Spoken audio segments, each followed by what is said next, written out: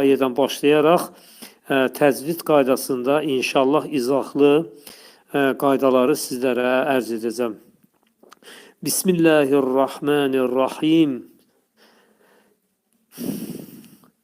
Ya eyyuhen nasu'budu.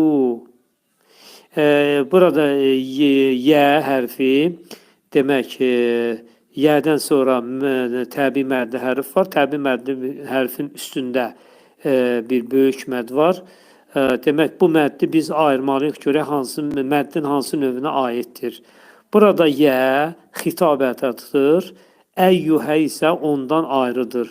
Ey insanlar deməkdir mənası.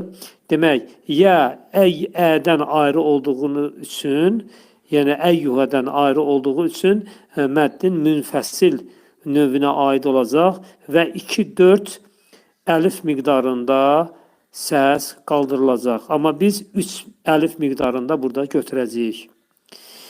Əyyuhənnəsu, əyyuhənnəsu.